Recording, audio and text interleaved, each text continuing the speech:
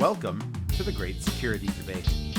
This show has experts taking sides to help broaden understanding of a topic. Therefore, it's safe to say that the views expressed are not necessarily those of the people we work with or for. Heck, they may not even represent our own views as we take a position for the sake of the debate. Our website is greatsecuritydebate.net, and you can contact us via email at feedback@greatsecuritydebate.net or on Twitter @securitydebate. Now, let's join the debate already in progress. You sure you're not in product sales? It now has AI.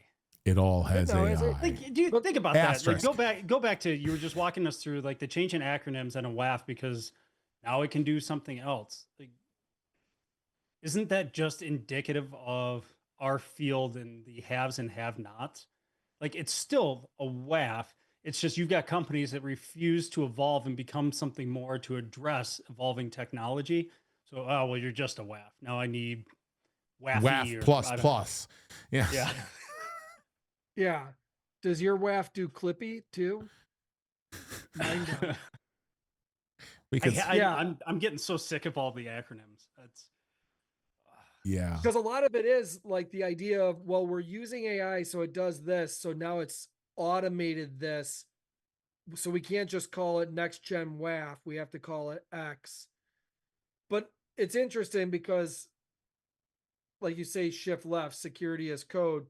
But now you have AI writing code, and now you have a solution that's looking at the code that's also AI, that's an agent. And it's like the human in the loop part. So I don't want to get down this path, but I was reading like a 15-page article on what happened in the failure of Israel to detect the Hamas October attack. And it basically, a good portion of it was the fact that the human in the loop part had been removed, that they had so many automated systems that when they detected multiple times these large gathering of troops or people in the area, and then they left, that it didn't consider it a threat or a probe, right? And that they had disbanded this team that they had that was responsible for more of that human in the loop. And that as they analyze chatter and you take all these things into account, video documentation, GPS tracking, that the human asset, where they would depend on also people in the neighborhoods, right? That can give them real-time information of, hey, there's a lot of people gathering at this mosque at this time of the day, which is not a time of prayer, right? So this is a direct indication of a meeting, right? And the lead up, like as they went through all the indicators that they had after the fact, they were like, had we had a human in the loop, yes, we would have seen this coming. But we had removed so many of those processes because we became so good at using technology for tracking people, for movements, for going through audio of conversations and all of this, that the human in the loop missed this because we removed so much of that. this is the horrible conditioning that we've seen in the marketplace, right? That if you think about it, anytime we have a technical advancement, what do we do right away? Well, how many people can it remove? Because we right away go to, oh, it's got to automate the whole process. And every time we do that, what do? We lull ourselves into this sense of complacency and comfortability that it's handling everything. Context matters, especially in our world. Context really matters. But none of this is new. I come back, I'm looking at no, 25 years ago when we started putting SIM in and looking at, you start to take signals in, but you knew that all the signals included, I was in banking at the time, you knew that the signals included all of the pre-existing fraud or all the pre-existing bad behavior. So those behaviors were baked into the norm. So now when we start to get into heuristics, this is also a move from signatures to heuristics. So you start looking at trends. The normal includes bad things. So now how do you discern from the baked in bad things to the new bad things, to the real bad things, to the actual, to be able to discern the noise from the signal? And so this is not a new problem. It's just a different scale or restamped with a different title. Yeah, and you could take the same thing for that. Oh, what's the car company? Autonomous cars out California, paired with General Motors at one point. Waymo, Now, come on, Brian. Why do I draw blanks? Waymo. Waymo. So, Waymo operated in a very in San Francisco has always been a test bed because that 0 to 25 miles an hour is very important, versus highway driving and the ability for all the different factors that come into play that are kind of outside the realm, but it's very much city driving, right? And then last week you had um the student hit on a bicycle, right, which was in a residential, and this is new territory to Waymo where they had started operating in more residential areas. And yes, you have, like it didn't recognize the idea to stop for the school bus, right? Like it drove right around the school bus and the school bus is stopped so the kids can walk in front of it, right? As they're dropping it off. And this is outside its realm. They don't have that, right? Or those scenarios, right? For it to learn from. But even more so was what they referred to again as the human in the loop. Like from learned experiences, what do people know when they're in a school zone? That there's probably kids around here, right? Right. Like, there's kids somewhere that could bat out from behind a tree, right? Or just ride their bike across the street. Or when you're coming around a corner, think about the fact there might be a kid because that's the school right there, right? The car wasn't conditioned for that. It was conditioned for city driving, right? Like make your way around the bike, right? Because they're everywhere. And lo and behold, a small child got hit. And that's what some of the parents were saying. Like the vehicles weren't conditioned for this environment, they were conditioned for a city environment. And how could Waymo miss that? Right. And where was the human in the loop part to say, hey, and again, it comes back to you can automate it as much as you want, but data matters, right? Conditions matter, scenarios matter, Totally. and environments matter. And if you became very comfortable in one environment and you go from city to urban life, it's a completely different environment. All of this tying this back into security. This is we're unfortunately retreading the episode on AI. Agentic Dan is the title of which I am Dan F.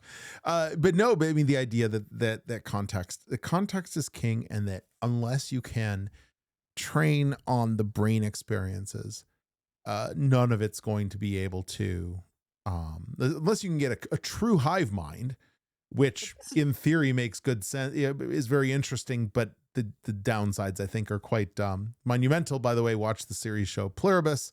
If you haven't, I highly recommend it. Good show. But the implications of having that, I guess, expecting that something can operate without all the inputs or with only a subset of inputs. So it's good enough. It's like a high school senior. I know enough to be dangerous, but I don't know enough to like really do the job. This is so fascinating to me, though. I go back to your comment, Dan, that we've had this conversation before, right? That this isn't anything new. So if you pull Granted, AI it's only out of the been mix on 3 that episodes. It's only been 3 episodes, though, Eric. So it's not that long ago. Pull AI out of the mix, and how much does this conversation look like when we were all debating insource versus outsource SOC? And those that wanted to insource everything made the argument that we can't outsource it to some company that doesn't have any context, doesn't know or understand our organization, because they're not going to know what's going on. We're having the exact same conversation. We're just inserting a technology instead of people that work for a different company now. Right. I still have that I still have that conversation. I'm still a build it inside kind of guy, but yeah. I'm a proponent of hybrid. So declaring how our view on this. Thanks, fence sitter. You gotta give me the Mr. Miyagi now. Left side good, right side good. Also good, yeah. I mean, at the end of the day, there's danger in rushing into everything, and I want to be clear because I've actually had this epiphany lately. My concerns with evolution of technology in this way are not about the technology. It's funny, and I'm a cynic. You all know I'm a cynic beyond cynic. But my concerns here are not about what the technology itself will do or turn into. It's what the humans that build the technology, the other things they will use the information for in a way that is not what they claim. My issues are trust based. They are not about the technology itself. Why do you drive a Doge car? Oh, 2 cents. You have to read the magnet on the back that says I bought it before he was this big of a crazy nut. I digress. But it's not about the technology. I like the technology. I just do fear what's going to be, what the other ways that it can be used. We get a hive mind together. We get all this collection of data. Now, how does it get used against you? How does it get used for other purposes? How does it become more fucking ads? All of these kinds of things. And so I've been really leaning into isolated versions of some of this stuff and really quite enjoy the capabilities. I think that the tech is is really coming along great, but it's also moving like it's blazingly fast. Blazingly fast. I want you all to remember back to 2005 when Gmail showed up, and it was broke. Like, it worked. It was great features, but it was beta. It was even like alpha beta. And I think we're seeing that a lot here. This stuff is great, but you got to take it with a grain of salt. The fact that we're even debating humans not needing to be in the loop at this moment, at this maturity, I think that's the idiocy, not the tech itself. Because the tech is got some great forward-looking capabilities. Mm-hmm. But to put this much trust, and you have to take the Satya Nadella and the what's his nuts and the other what's his nuts and all the people who are doing that, who their motivations are about financial. Yeah. A lot of nuts. that one guy who said, no, that's 6'7". No, there's the Zuckerberg of AI, and then there's the other one, and then there's Satya Nadella, who seems to think that AI is the only answer because he's so far into it that if he backs out, he'll look bad. But I mean, you take them out of the equation because they have other motivations. Why are we all moving so fast? Why we should be looking at it? Why do we really believe that it's ready?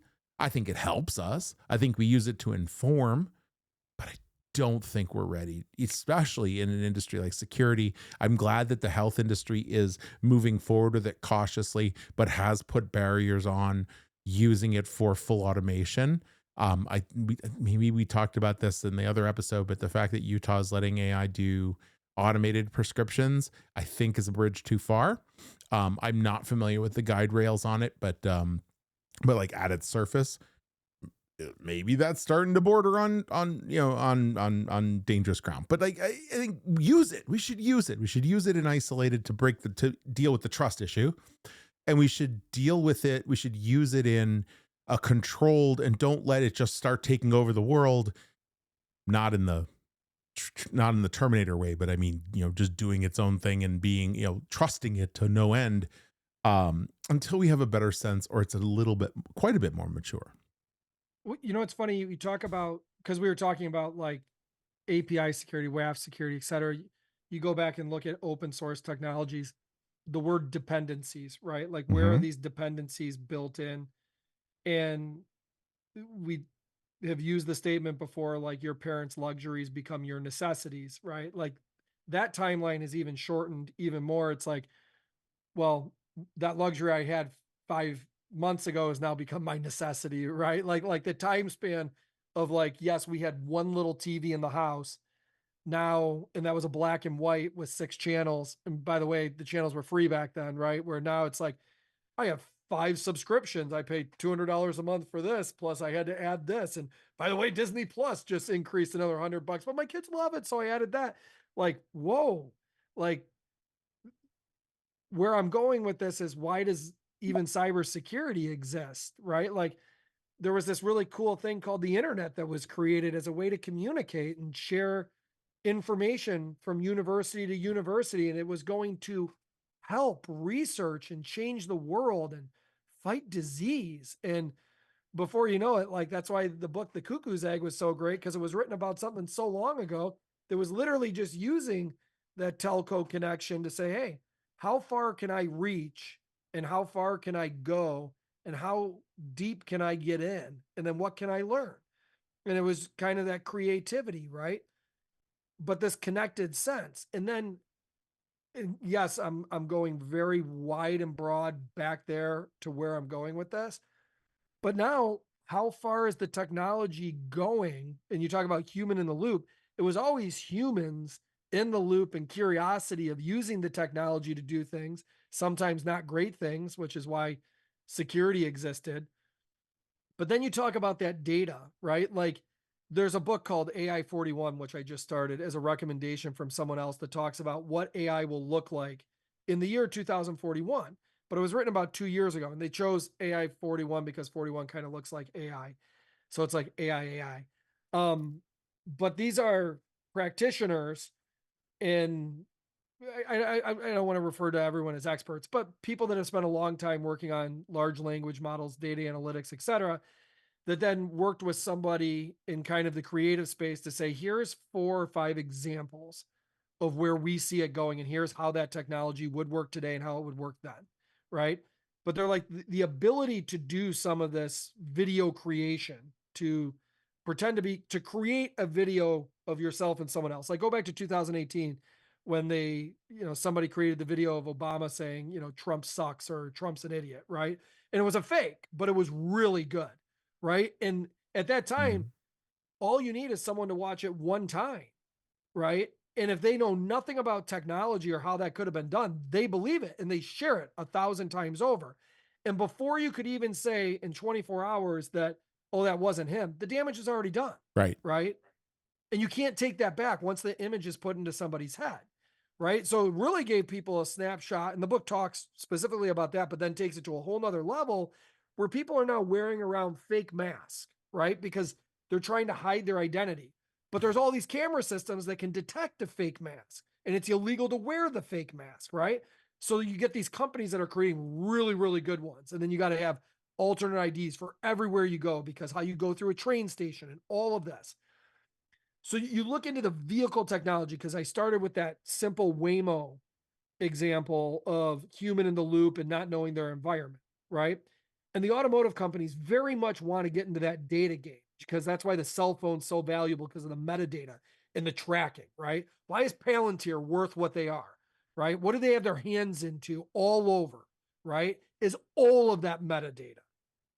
And if you're that vehicle, so like we talk about wanting to just get away and get out into the woods, Dan, like I just want to go up north where there's no cameras or anything, but I drove my car there, right? And my car is this new Tesla. It's tracked everywhere I went, and it's got 6 cameras on the thing, videotaping everything around it.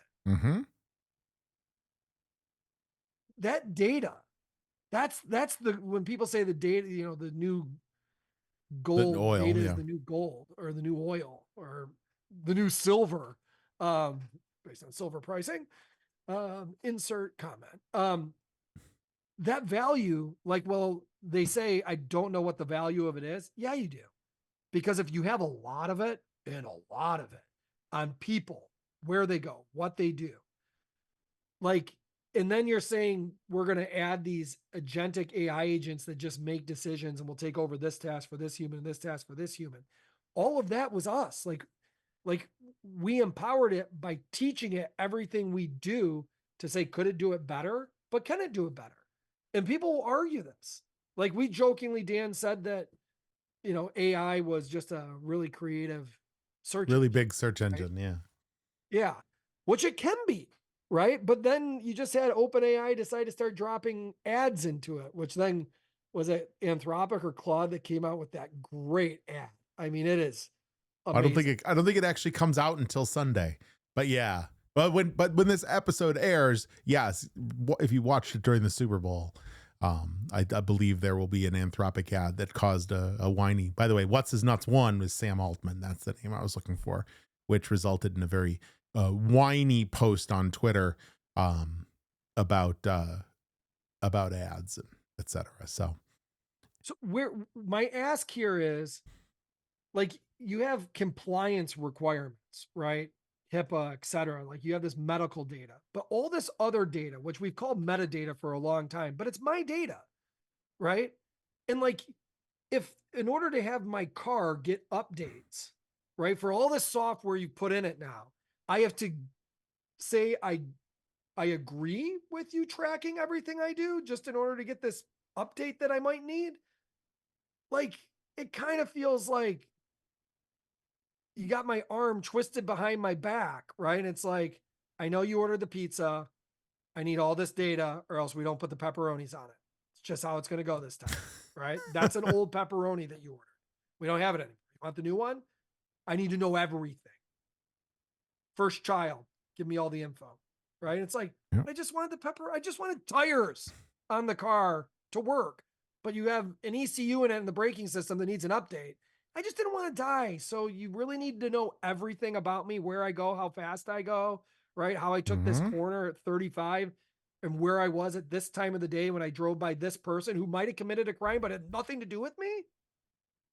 Believe me, I do contemplate the idea of getting my 2007 Opel Astra manual shift, where the computer in it was barely enough to power the screen that showed the radio station. But and this is why security in cyber, because now the idea that, oh, well, now I can use my vehicle for making transactions, right? Mhm. And I remember thinking that this was a really cool idea at CES like 10 years ago when I worked in ADAS systems. Like, oh, that'd be cool. I just pull up and it already knows, and I just fill up with gas. Oh, like yeah. the Taco Bell app has it. Yeah, I remember some mentions of that. That never really took off, did it? No. And a really bad idea, right? Like now you're telling me but to the consumer, it's like, oh man, that'd be so great, right? If I didn't have to get my wallet out and touch that and the handle of the gas thing, right? I just pull up and I'm filling it up, right? And it charges, right? And maybe plays an ad or two, and I'm like, yeah, cool, I'll buy that song. I like it, right? Like Consumerism. wherever money's transacted, right? Crime exists, right? So I always say, if you can eradicate crime 100%, then great. Cool. Let's connect all these systems and pay for everything everywhere we go just by walking by, right? Shake my butt because my wallet's connected. To be fair, that's exactly what happens in China. I mean, China's got a facial recognition payment system that is, it's amazing. It is an amazing. You literally walk in any store, you put your face on the screen, you're up to the screen, and you're paid. It goes against Alipay or WePay or one of the services. But like it embodies the idea of your identity is my voice is my passport, verify me. From sneakers, my face is my passport, and it can get me to anything. It already is your passport in many countries. But that's to me though, that's the hallmark of consumerism, right? Though it's exactly right? Consumerism. It's consumerism and it's capitalism. I think then the two are distinct, or they're nuancedly distinct. But yes, it is. Well, it's the consumer component trumps, right? Because ideas that don't meet the constructs of what a consumer is looking for should, in essence, fail, right? Right. But you create something out there where a consumer is willing to trade off privacy and control for efficiency, that it can just scan my face and it'll just process the payment. Sure, I'll give you whatever you want, right? And that's, I don't know. That's a tough one, because now you also get into the argument that what's the place of legislation and the government in this? Is it to protect the unknowing consumer on the trade-offs that they're actually making, or should the consumer be more versed to understand the risks that they're taking and what they're giving away? I wish I could say that the latter has any chance of success. Like I'd have to plug it in because I'm not familiar with Chinese law, right? But just doing a quick, glance over certain crimes, right? I probably would be a little afraid of breaking the law in China for fear of what some of the severe SWIFT penalties are Mm-hmm. versus in North America, because you got greater access to legal counsel where you don't there. So where am I going with that statement? Like if I commit this financial crime in the US, it's kind of like, prove it. I'm innocent till proven guilty, right? Like I'm not saying that's why it's targeted over here, but you look at, like, I shared that article about the gentleman that Andy Greenberg did the write-up on in Wired, which was a great, I mean, I talk about like an in-depth look at somebody that was being held against their will in doing the pig butchering scam, right? And going after, you know, people that spoke his, they were actually, he was in charge of going after Indians. He was of India descent. But there was whole groups on different floors, like this one's targeted for North America, et cetera. But you look at, wherever money's transacted, right? And the idea of crime and the way we're connected over here and going after people, right? Or people committing crime. I'm not saying that having all those things connected in China works because they have, a different type of legal system, right? And people are afraid to break the law, so they just abide by it and no one's going to do bad stuff with it. But, you have that much data, you also have that much power, right? Because you know that much more about everybody. No? And with good intentions, sorry, everyone starts out good. I guess I wish. Good intentions as defined by whom? Well, right. I'm saying if the good intentions persisted and stayed as good outcomes and didn't wander from, well, you make a very valid point as to who defines what good intentions are, because like I said, Zuckerberg has a very different definition of good intentions.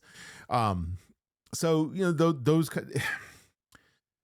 Yeah, but then you have to ask the question: is it worth starting something that is going to end up in a train wreck, or is going to end up in a place that is bad for society? I come back to a recent study on actually it was a recent study, but a good write up, and I'll post it on the downfall of language of communication. The ability for people to communicate directly tied to the timing of the release of the first full screen smartphones, and if you knew at the time that this was going to be the outcome, would you have not developed it? Should you not have developed it? Did AI 41, like the first use case there, really unique? It's called the golden elephant. And imagine in 2041 that your entire country has this insurance company that has access to all your data, and you can get unbelievable great rates, really cheap rates, right? Like, and this is looking at 2041. So like, take the cost of insurance and say it's going to be this, as long as you give it access to all your applications and everything you do. And the more you do, the better the rates are. And then it will also give you ads. And if you buy through those, right, you get better insurance rates, right? And it shows insurance being a big deal, but that's already in place, Brian. Right, but you got to read. It goes even way further. But what was interesting was the daughter was like, "Mom, how could you give it access to mine? You can't get. I didn't say you could do that." And she's like, "I'm the mother, and I make those decisions, right?" But then she's like, I noticed my brother quit eating sweets because the golden elephant was there as a reminder, and the parents started keeping less sweets around. My dad started driving way more careful, and his insurance went down because the golden elephant would remind him with this little symbol that he's going too fast. She goes, so he went from this crazy driver to safer. And then this person quit smoking, right? She's like, so I saw all these good things happening, but what happened in the end? The person she loved the most or really liked, she kept noticing that the app would push her away from trying to communicate with that person. And what she ended up discovering when they finally got together to talk was his background, even though they changed the names and the government got rid of abolishing the idea that there's people of lower hierarchy, the data was always there. And it knew his family was of lower descent. So it didn't want her getting close to him. Interesting. Right? That is interesting. we got to be so careful on this though, because we're almost getting into the ends justify the means type of Of argument, right? That course. we look at the end of the story and then go, well, we should have even started the story to begin with. But there's correlation versus causation. Yeah. There's Yeah. so Yeah. many different inflection points along the way. Like your example, Dan, on the phone. Was it the phone that really created what we're doing with communication today? Or was it the introduction and the ability and the evolution of social media that then could exist on the phone that really changed a lot of that? That there's so many different pieces, and it's because you could make same argument about the car, right? That if we agree that, because what is it? Vehicles kill, gosh, I forget where it sits on the hierarchy of most deaths, but it's pretty far up there if I recall correctly. So you could make the argument, should the car never been created then? Oh, of course, that's the perfect example of, yes. Now, there are other things, there are other things that could be changed along the way to decrease those, but they're bad for certain audiences or certain populations or certain things with money, etc. And therefore it's, they're not done. But no, you should never, the initial, especially because you didn't know at the time. You didn't know when you created the car that in 100 years, people would be driving 70 miles an hour, having sex in the back because there's an automated driver in the front. I mean, all of these kinds of things. Brian, yes, I'm looking at you, Brian. We have the 6 for all the listeners that aren't watching, I was stunned. We have a 6 and the car apparently had 6 cameras of video recording the whole thing. It's where we take it as society. That is the, at each inflection point, should there be an ethical review? Should there be a review of the implications? Now, granted, you can't necessarily play a chess game 100 steps ahead and hope that you can foresee in 1904 that, in 2026. Then you're into slippery slope arguments. Of course. So bringing it all back around. Oh, go ahead. Oh, no. I would agree, Eric. Like, the thing is, you don't know what you don't know. So you go down the path and you learn. But I think, like, yes, we don't know where this end game is, but what we've learned in the last 10 years, 5 years, and last year and a half, we're going really, really fast now. I'm not talking cars. Yeah. I'm talking to the idea of how we use AI, agentic AI. I'm talking, we still haven't even gotten education there on security. Like, people, Dan, and I'm still in the learning phases of setting up my network and all my security protocols in the house, but people come in and see this and they're like, oh my God, what is this giant that you got your own server rack and all this stuff? Like, oh, come on. Like, this is overboard. I'm like, well, no, here's what I can do. And here's security. And they're like, oh man, you're just over the top. And it's like, if you're not thinking about this, didn't you just tell me like your dad and somebody in your family just had their bank accounts hit and that you just clicked on something? Like, just at a small basis? We haven't even got past the education piece, right? Of really allowing people to understand how they engage with tech and what to look out for. And now we're already to the fact of, get ready. It's really hard to look out for it, because now that person that's being held captive sending you this message, that message is really good. And that video is great. But the loud man on TV says that if I buy the Xfinity thing, it will be security for me. I mean, taking your argument, I'm just kind of thinking about this, Dan, and what you made about the reference to the phone and being the de-evolution of communication. And we changed that lens and we put it on security. If we think about some of the evolutions that we've made in recent history that start to obfuscate some of the elements that we grew up with, right? That we had to understand protocols. We had to understand looking at the raw data to figure some of this out.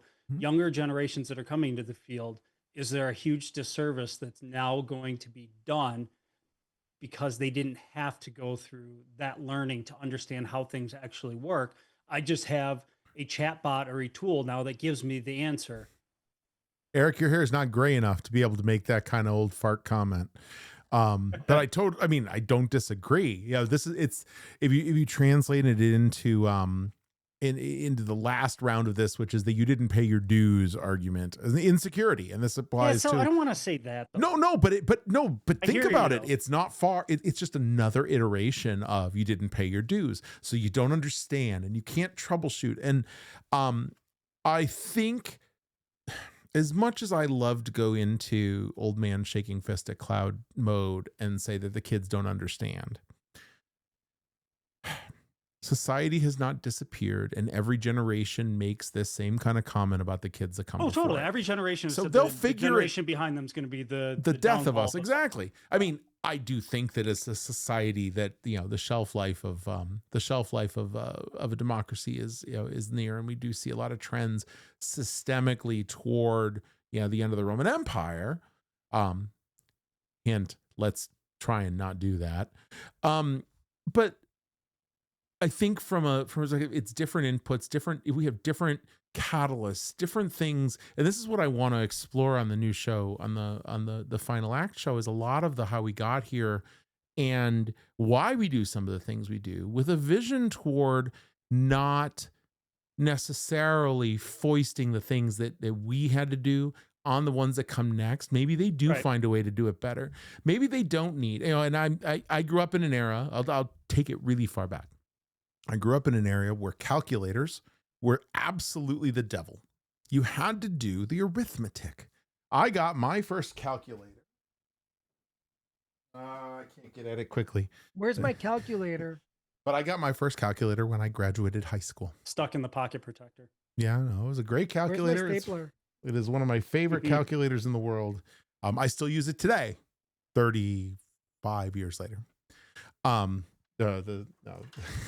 do have a stapler because I do use paper, but I guess my point is that the calculator, it meant you didn't need to know how to do the arithmetic, how to do the underpinnings. And with each generation, they go a little bit higher in terms of what they automate.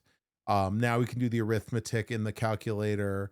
Use the standardized testing as your benchmark. And the people who know me know how laughable it is that I use standardized testing as any benchmark for anything, because I think it's one of the most messed up industries in terms of actual academics.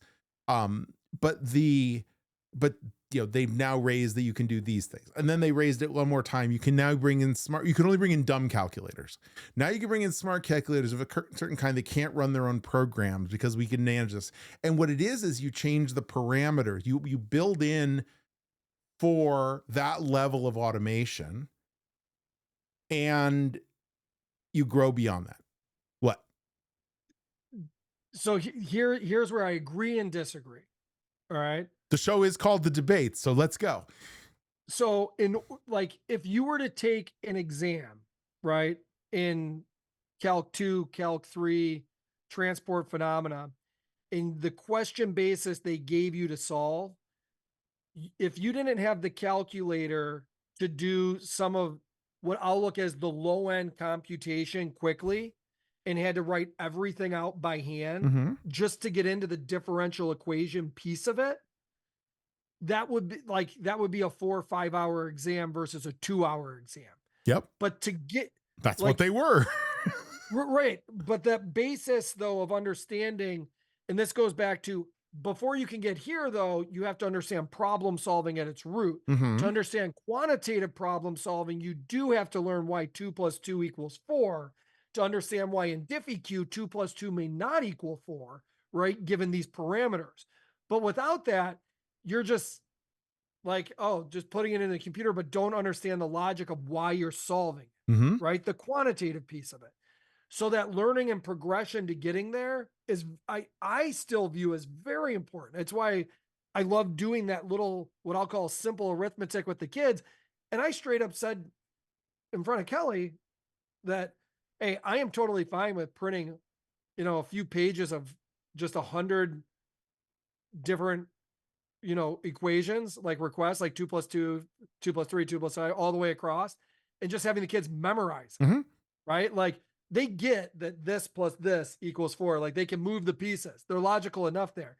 Let's hurry this along, memorize that, and let's get into the multiplication, where I was able to show them like some of this is patterns. Like let's take 9, for example, and go, 2 all the way to 9 times 9, 2 times 9, 3 times 9, and then show them the pattern that's created on this side, right? Now let's do the same thing with this. Why does that pattern exist? And then show that, right? Because that's what exists in nature. But that So I think assumes it all depends on the curiosity. teacher. That assumes curiosity. And I think before, and by the way, it's infrequent in any of our debates that I have to disclaim, or I feel the need to disclaim when the position I'm taking is not my own. But when it comes to arithmetic and calculators, I need to. My position is that calculators are the devil, and if you don't understand how it works, you will never do math correctly. So the position I put out before isn't my own personal one. My own personal one is do it by hand, damn it. Do it by hand, because otherwise you won't understand how it works. And all of that said, I think part of the reason we've had to move on is we've lost curiosity. We've stopped being curious about why 2 + 2 doesn't necessarily equal 4. We've lost curiosity of why we have to make area assessments in small incrementals and not being able to get a perfect answer of the area under curve. Like all of these things the thing you described, Brian, requires curiosity. And I think we've lost curiosity for fundamentals because people think it's passé and want to move on to the big things.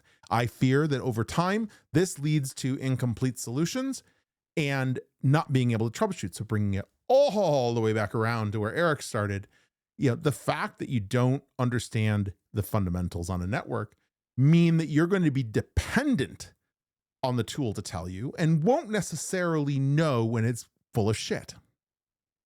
Yeah. And I will die on that hill. I have been lucky enough to have enough representative, curious people coming up through the organizations. I hire for that curiosity. In order to overcome a more systemic focus on automation and laziness. I don't know. We'll call it crutch needing in order to live in the world of security. Well, what does the system tell me? So I say, be curious, go find out how it all really works, tear apart the computer to the extent you still can, and you will be instantly hireable. And on that note, we are at the end of our time. Thank you, Brian. Thank you, Erik. And thanks to you, the listener. We love having these debates and we love hearing from you.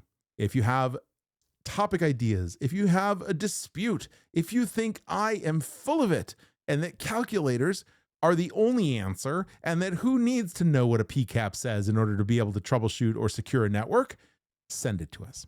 security-debate@distillingsecurity.com. You can find us on our website, www.distillingsecurity.com. All the episodes from the Great Security Debate, from our Mentor Core program, and all of our new shows will be available on distillingsecurity.com and on our YouTube page, youtube.com/@Great Security Debate. Thanks, and we'll see you again on the next Great Security Debate.